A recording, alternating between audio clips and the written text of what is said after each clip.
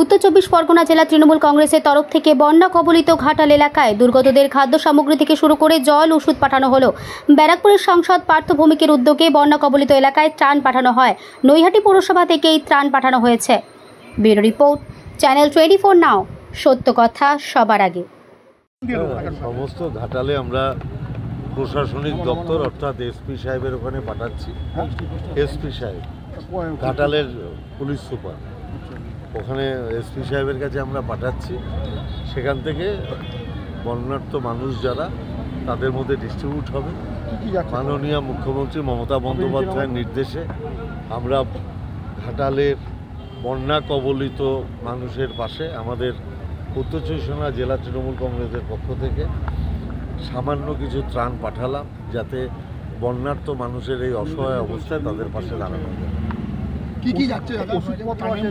সমস্ত কিছু আছে, ত্রিপল থেকে শুরু করে, ওষুধপত্র থেকে শুরু করে, ড্রাই ফ্রুট থেকে শুরু করে, মুড়ি, চিড়ে, গুড়, তেল, সোয়াবিন, বিস্কুট, গুঁড়ো দুধ, ত্রিপল, সমস্ত ওষুধ, জামা কাপড় সব যাচ্ছে। প্রায় 14-15টা গাড়ি আছে। না না না, মেডিকেল টিম তো ওখানে লোকালি আছে, আমরা ওষুধ পাঠিয়ে। না না, এখন তো আমি জিনিসপত্র পাঠাচ্ছি যাতে প্রশাসন এটাকে ডিস্ট্রিবিউট করতে পারে। এটা মাননীয় মুখ্যমন্ত্রী মমতা বন্দ্যোপাধ্যায়ের নির্দেশে আমরা ব্যারাকপুর লোকসভা দেখছেন আপনারা, এমএলএরা আছেন, আমার জেলার নেতারা আছেন, তারা আমরা সবাই একত্রিত হয়ে আমাদের সামান্য প্রচেষ্টায় ঘাটালের মানুষের পাশে দাঁড়াতে যাই। কোন কোন জায়গায় আছে ঘাটালে? শুধু ঘাটালেই, আমরা ঘাটালে পাঠাচ্ছি। বিভিন্ন পশ্চিমবাংলার বিভিন্ন জায়গা থেকে তৃণমূল কংগ্রেস তারা তাদের মতো করে মুখ্যমন্ত্রীর নির্দেশে গাইডলাইন অনুযায়ী আমরা বন্যার্ত মানুষের পাশে।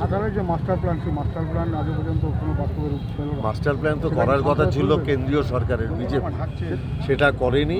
রাজ্য সরকার সিদ্ধান্ত নিয়েছে তারা তাদের সীমিত সামর্থ্যের মধ্যে আগামী 5 বছর লাগবে, কারণ এত টাকা তো রাজ্য সরকারের নেই, এটা কেন্দ্রীয় সরকারের করার কথা।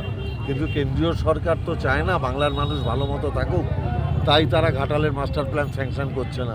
এটা দীর্ঘদিনের মমতা ব্যানার্জির আন্দোলন।